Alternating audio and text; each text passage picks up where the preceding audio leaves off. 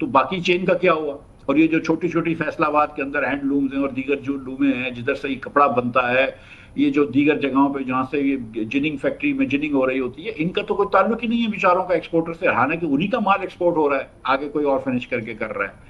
So I mean, you know, these things. میں اس لیے پوچھتا ہوں مفتیٰ کہ میں نے بنگلہ دیش کا ماڈل دیکھا، انہوں نے اس طرح پوری فوڈ چین کو اوپر ڈیوائڈ کیا ہوا تھا. پھر ابھی گورنمنٹ نے بڑا شور ڈالا، جی ہم نے بینکوں کو کہا ہے کہ 7% سے 10% تک فنانسنگ کریں اسمال میڈیم انٹرپرائزز کی.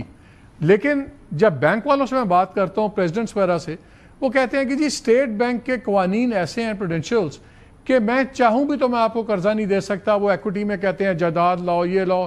اسمال میڈیم بزنس مین جو ہیں، خاص طور پہ اسمال، کرائے کی جگہ پہ وہ لے کے وہ کام کرتے ہیں، کچھ سرمایہ اکٹھا کرتے ہیں، امپلائمنٹ اتنی زیادہ جنریٹ کرتے ہیں، لیکن وہ قرضہ لینے کے لیے نہ اس کے پاس جائیداد ہے، نہ اس کے پاس وہ ہے. کیا خالی یہ بیان دینے سے کہ ہم 10% بینکس قرضے دیں گے اسمال انٹرپرائزز کو، جب تک اسٹیٹ بینک کے ریگولیشنز ریوائز نہیں ہوں گے کہ بینک دینا بھی چاہے تو دے سکے، یہ چیزیں پھر خالی بیان بازی ہیں؟ بالکل بیان بازی. اور میں آپ کو یہ بھی بتا دوں کہ بینک بالکل دینا بھی نہیں چاہتے. That's true. یہ بات بھی طے ہے. نہ ایگریکلچر لون دینا چاہتے ہیں، نہ اسمال بزنس کو لون دینا چاہتے ہیں. بینکوں کے لیے سب سے آسان جو چیز ہے وہ اسٹیٹ بینک سے پیسہ قرض لے کر 1% اوپر کمیشن رکھ کے اسٹیٹ بینک کو، یعنی کہ وفاقی حکومت کو واپس قرض دے دو. وہ سب سے زیادہ سیف ہے. 1-1.5% آپ کو مل جاتا ہے. اگر اربوں روپے پہ آپ خربوں روپے پہ کر رہے ہیں تو آپ اربوں روپے کمائیں گے. یہ بینک کو کرنا ہے. یہ کیوں پیچھے کریں؟ اس پہ کیوں پریشانی اٹھائیں یہ لوگ کہ یار کسی اسمال بزنس کو لون دیں؟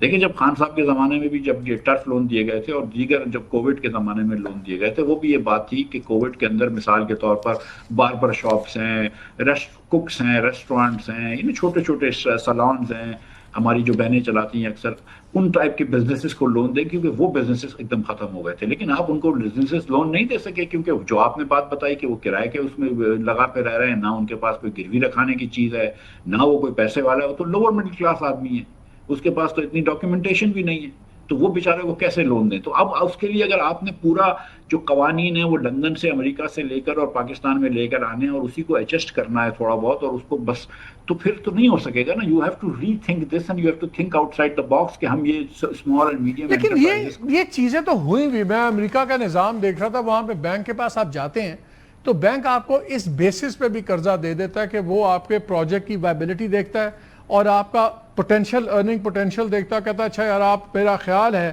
کہ اگر آپ صحیح چلائیں گے تو آپ ₹1,00,000 کمائیں گے، تو میں آپ کو 50,000 کا لون دے دوں. یہاں تو اگر بینک چاہے بھی تو نہیں دے سکتا نا. تو اسٹیٹ بینک کی جو پالیسیز ہیں وہ تو بالکل divorce from ground reality. State bank کی پالیسیز بھی، لیکن ہماری کورٹس کے فیصلے بھی ڈیوورس فرام گراؤنڈ ریالٹی. تو یہاں پہ اگر کوئی بزنس مین پیسے نہیں دینا چاہے، اور بینک کے ہمارے قوانین تو بڑی بینک کی فیور میں ہیں، لیکن وہ کورٹ سے ڈگری لینا اور کورٹ سے لے کر امپلیمنٹ کرانا، اور پھر اتنے اسٹے آرڈر آ جاتے ہیں کہ وہ بینک بھی پریشان ہو جاتے ہیں. سو اس کا کوئی آسان طریقہ آپ کو نکالنا ہوگا کہ بینک پیسے بھی دے دے، لیکن اگر کوئی ولفل ڈیفالٹ ہو تو وہ اس کو کلیکٹ بھی کر سکے. لیکن اس کی جو بھی، لیکن یہاں پہ تو بینکوں کو پیسے دینے کا شوق ہی نہیں ہے، کیونکہ وہ حکومت کو دے دیتے ہیں. جب حکومت کی ایک انسیشیبل ایپیٹائٹ ہے پیسوں کی، تو کسی کو محنت کرنے کی کیا ضرورت ہے؟ وہاں پہ آپ کو گارنٹیڈ پیسہ ریٹرن مل رہا ہے.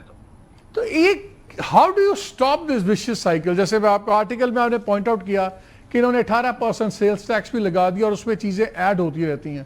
وہ کبھی بچوں کا دودھ بھی اس میں شامل ہو گیا، پینسلیں بھی شامل ہو گئیں. میں کئی چیزیں دیکھتا ہوں جو بڑی انویزیبل چیزیں ہیں جن کو ہم شاید نوٹ بھی نہیں کرتے. ایک سڑک ہے، اس کا ٹول ٹیکس ایک دن ہوگا 700 اور ایک دن اچانک ہو جائے گا 900. کسی کا 400 ہے، اچانک ہو گئے 550. لوگ کہتے ہیں، وہ ایک دن بڑبڑ کرتے ہیں، یار یہ دیکھو انہوں نے 500-100 روپیہ بڑھا دیا. لیکن وہ 100-150 بلینز میں ایڈ ہوتے ہیں، وہ ریونیو آتا ہے.